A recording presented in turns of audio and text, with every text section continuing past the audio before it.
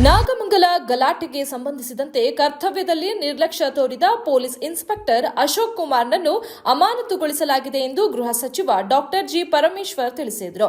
ಸದಾಶಿವನಗರದ ತಮ್ಮ ನಿವಾಸದ ಬಳಿ ಸುದ್ದಿಗಾರರೊಂದಿಗೆ ಮಾತನಾಡಿದ ಅವರು, ಗಣೇಶ ಮೆರವಣಿಗೆ ಹೊರಡಬೇಕಿದ್ದ ದಾರಿಯನ್ನು ಮುಂಚಿತವಾಗಿ ನೀಡಲಾಗಿತ್ತು. ಇದನ್ನು ಇನ್ಸ್ಪೆಕ್ಟರ್ ಬದಲಿಸಿದ್ದರು ಎಂದರು.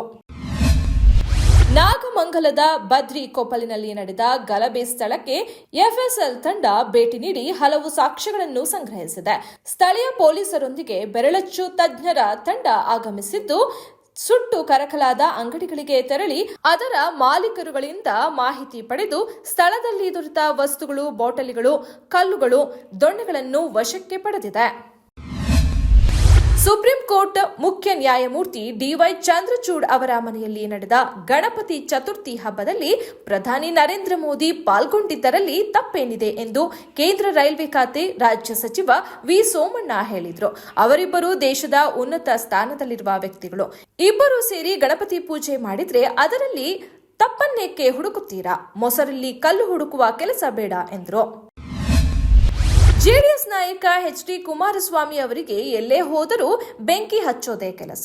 ಅವರು ಯಾವತ್ತೂ ಅಭಿವೃದ್ಧಿ ವಿಚಾರದಲ್ಲಿ ವೋಟ್ ಕೇಳಿಲ್ಲ ಎಂದು ಮಾಗಡಿ ಶಾಸಕ ಎಚ್.ಸಿ. ಬಾಲಕೃಷ್ಣ ಆಕ್ರೋಶ ವ್ಯಕ್ತಪಡಿಸಿದರು.